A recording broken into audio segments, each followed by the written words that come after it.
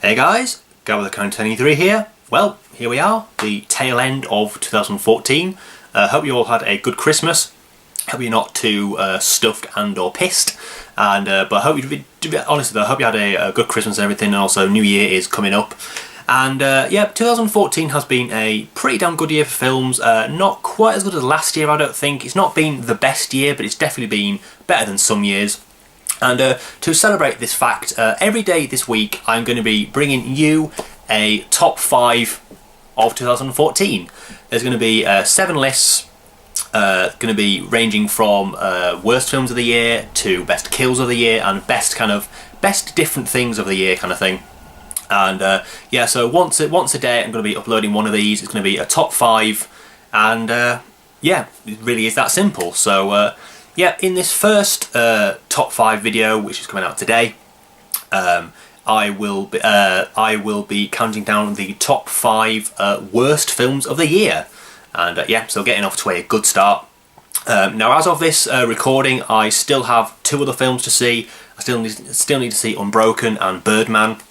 And like I usually do, I have what's the word? I have set a rule that I'm only counting films that I have seen in the cinema this year, and it is also going by the UK release dates. Now I know kind of a couple of films, there might be 1 or 2 of these lists came out last year in the US, was that officially came out last year, but only came out this year in the UK.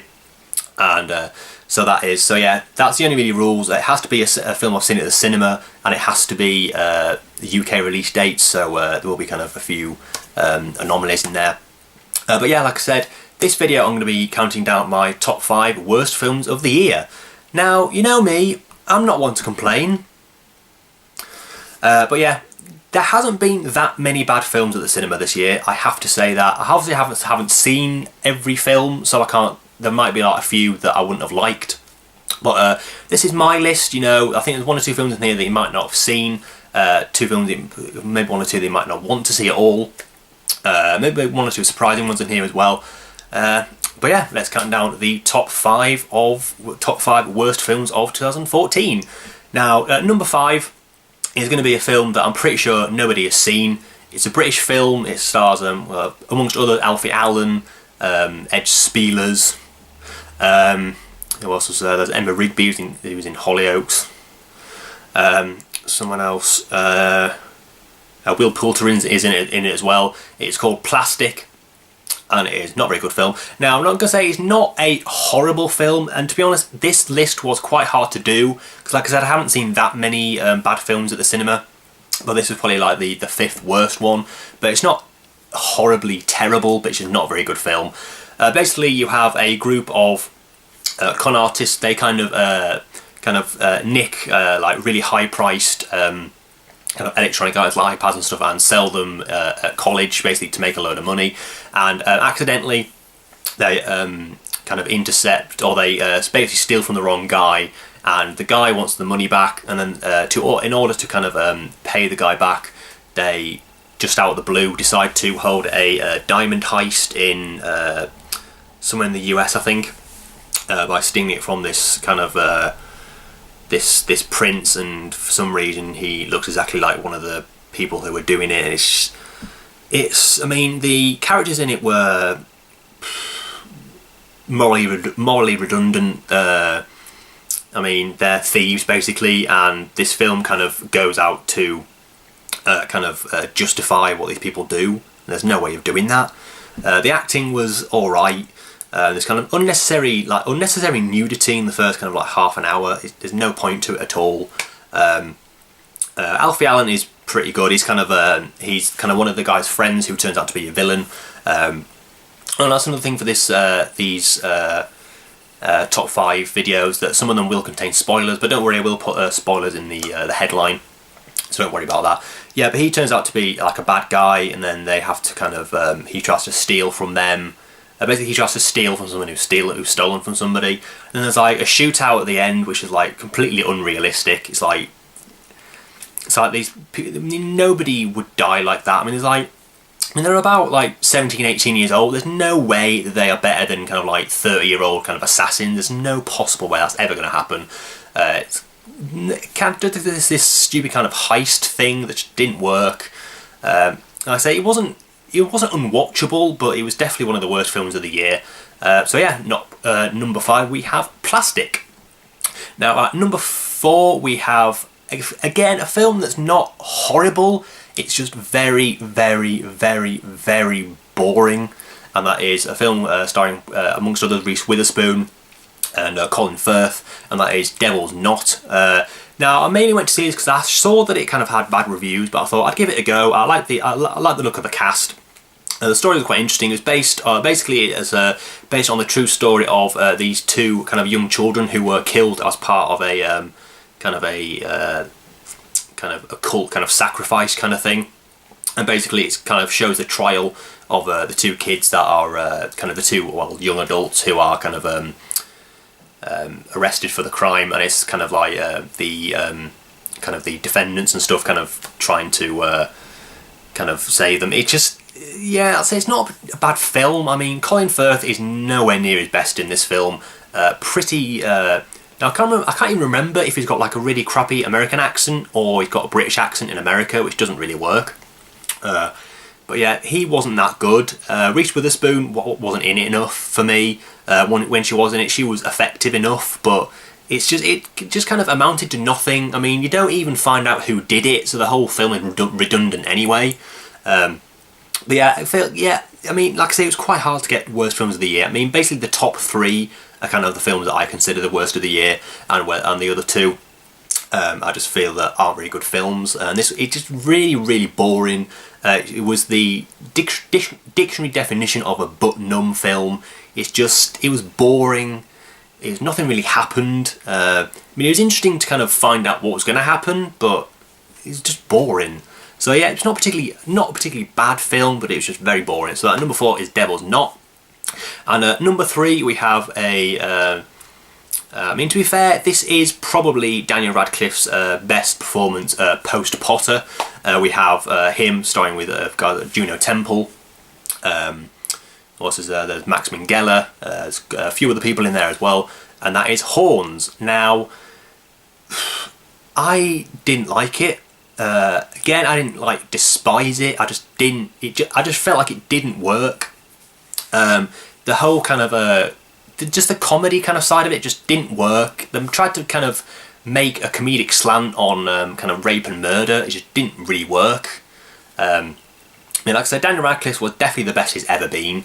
Of course, when the film came out in the UK this year, it was cut by the BBFC to cut down to a 15 rating. But luckily, when the Blu-ray comes out, they'll have the unrated cut. But yeah, it was quite easy to kind of tell what they cut out.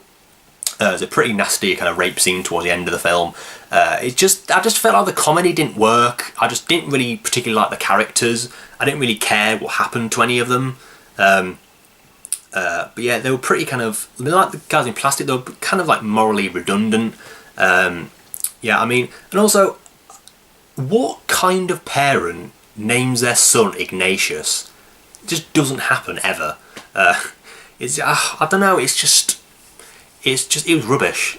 No, it wasn't rubbish. I just didn't enjoy it.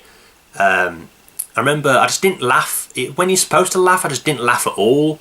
It's just kind of, I don't know, it's kind of mean-spirited comedy, but it's not really comedy. Where it's one of those films that you don't know if you're meant to laugh. Kind of like Killer Joe, but not quite as bad. It's like, I always think that, it's like when I kind of hear people laughing at certain stuff, I'm like, that's not really what you're meant to laugh at. But then maybe it is. I just don't really appreciate the comedy. But it's not. But they kind of think it's like not comedy for comedy's sake. But it's based on a book as well, so which is fair enough, I suppose. If it's in the book, you're probably gonna have it in the film. I mean, luckily the guy who wrote the book didn't, because usually sometimes people who wrote the book will write the screenplay. But luckily it didn't happen this time, so maybe the book is a bit different. But it just didn't appeal to me. I just hated most of the characters. I just didn't really care about the whole mystery about who killed her. it just didn't really interest me. It just wasn't funny when it was meant to be. It was kind of mean-spirited comedy, which I'm not a fan of whatsoever. But yeah, it's a film I would watch again, but not many times after that. But yeah, not a terrible film, but a film I just did not like. So that's number 3, it was Horns. So in at number 2 is a film that I hated. To be quite honest, number 1 and number 2 in this list are pretty interchangeable. I more or less hated both of these films equally. But in the number 1 spot, that film, I actually kind of felt angry when I left the cinema. But this one I just kind of felt indifferent. I mean, comedy is I don't know what the word is, but someone will find something funny that someone else doesn't. Someone will watch a comedy film and say that's the best comedy film ever. Someone will watch the comedy film. Someone else will watch the comedy film and say it's one of the worst comedy films ever. But I think the general consensus was that this was a pretty bad one. And it's kind of annoying because I'm usually a massive fan of Seth MacFarlane. I love Family Guy. I quite like American Dad. Obviously, he's not kind of the main contributor to that. I haven't really watched Cleveland shows. So I can't really comment on that. But I'm usually a big fan of his, and that's what really disappointed me when I saw this film, because I just did not find it funny. It has him starring opposite people like Amanda Seyfried, Charlize Theron, Neil Patrick Harris, and Liam Neeson. And as you probably guessed by now, that film is A Million Ways to Die in the West. I hated this film. I laughed about, I think, 4 times, which is, again, I'm a big fan of MacFarlane's comedy. It just didn't work whatsoever. I mean, would you believe that the best thing about a Seth MacFarlane film was the cinematography? Because that's what it was in this film. It looked really, really nice. The acting, yeah, comedy acting can be a bit hit and miss. Usually people can kind of go a bit overboard. I did like Liam Neeson in the role, though. I will say that he made a good kind of pantomime baddie kind of thing. Neil Patrick Harris needn't have been in this film whatsoever. He didn't have one funny bit in it. I mean, fair play to you if you find someone shitting into a hat for about 2 minutes funny, but I just don't. All the jokes fell flat. Like I said, I think I laughed maybe 3 or 4 times. That was about it, and even then they were just kind of like chuckles. I actually felt angry when people were laughing at things. Like I say, comedy is, again, I don't know the word, but it's just, I hated it. I just hated it. I couldn't wait to leave the cinema. I remember usually with films I always wait to see the credits, but this one I was out there like a shot. I just didn't want to see any more of it. Sometimes I have like kind of outtakes and stuff in the thing. I just didn't really care. I just wanted to get out of there as quick as I could. I remember because I actually because there's an extended edition, and I actually kind of read what was in the kind of extended edition, and I just from reading it I laughed more than what I ever did watching the frigging thing. It just didn't work. Like I say, fair play to you if you liked it, but I absolutely hated it.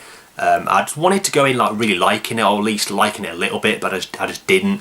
How many times can you laugh at someone falling off a horse? What are you talking about? Why is that funny? Fair enough if you like a big slapstick star like Buster Keaton or Charles Chaplin or something, but not if you're Seth MacFarlane. Just leave it. I just hope that he doesn't, or if he does make a film, something that's hopefully it's like, I know Ted 2 is coming out, but Ted worked. I don't know. I don't quite know why it didn't work. It just didn't at all. I hated the film. I never want to see it again, not even the extended cut. I just don't care to even hear about this film again. I actually felt annoyed kind of talking about this film, so I'll stop now. So at number 2 we had A Million Ways to Die in the West. But number 1 of my worst films of 2014 is a film that I actually filmed a review of, but I didn't get a chance to edit it or upload it before kind of maybe a couple of weeks after the film came out, so I just kind of left it. But it's a film that I hated with a passion. The characters were horrible. The script was terrible. Absolute horse crap. The acting, I'll say, was pretty good. You've got Pierce Brosnan, you've got Aaron Paul, you've got Imogen Poots, and you've got Toni Collette. And that film is, I can't remember the fucking name of it, is A Long Way Down. It's based on the novel by Nick Hornby, who wrote About a Boy, and I think a couple of other books as well that made into films. Which, to be fair, I haven't seen, so it might be kind of the same kind of thing. But it basically has these 4 4 people who are kind of depressed in some way, who decide to, on the same night, throw themselves off the same building, and they meet up and they make a pact between themselves to stay alive. So I think, was it New Year's Eve or something? Oh no, sorry, Valentine's Day. And the thing is, and like the kind of the shtick is, I found out that life is worth living, and you find out kind of the backstory with some of the characters that I didn't give a shit about. Like Toni Collette's character has a disabled son, whatever. Pierce Brosnan had some kind of like, there was like a court case where kind of a young woman kind of accused him of molesting her or something, and then Aaron Paul lies that he has cancer. I can't remember why he decided to kill himself. And then Imogen Poots is just like this party girl. I think she's like, her dad is like this big kind of, like this big celebrity guy, and she kind of doesn't fit in or whatever. I mean, Imogen Poots I'm quite a big fan of. I really liked her in Filth, and I really liked her in The Look of Love. But her character was the most annoying film character I've seen this year. She was just whining. She was, I don't know, she was just whining. She was complaining all the goddamn time. She made these stupid fucking jokes that didn't work. I mean, I've said the words "didn't work" in this video quite a lot, so. But it fits, you know. It just didn't work. She was annoying. Every single plot point I could see coming a mile off. Like you find out, yes, I knew Toni Collette was going to have some kind of she was caring for somebody who was some kind of disabled, and they didn't even get a disabled person to do the acting. And then we have and there's like, they like kind of go on holiday to Mauritius or some bullshit place. And then Aaron Paul's character kind of starts talking to this woman, and then they find out that she's a reporter. I mean, the second this woman comes in, right, and the second I saw her, I said reporter. Absolutely, obviously, it's so the most predictable film I've ever seen in my life. It's like I was kind of interested to see what was going to happen until it happened. Then I'm just like, so what? I knew that was going to happen. I don't really care. I actually felt, I'm a million ways down the west. I actually felt angry leaving the cinema.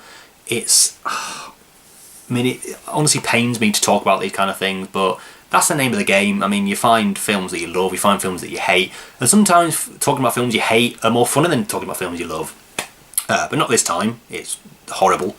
Yeah, Long Way Down is absolutely terrible. I did like basically a kind of rant review that I might actually kind of try and edit and upload. Because I remember when I filmed it and then kind of my camera shut off, so I kind of lost the footage. So I had to film it again. And but yeah, avoid this film. It is horrible. Again, fair enough if you enjoyed it. I just didn't. I just didn't care about any of the characters. I actually wanted to see them die because I just hated it.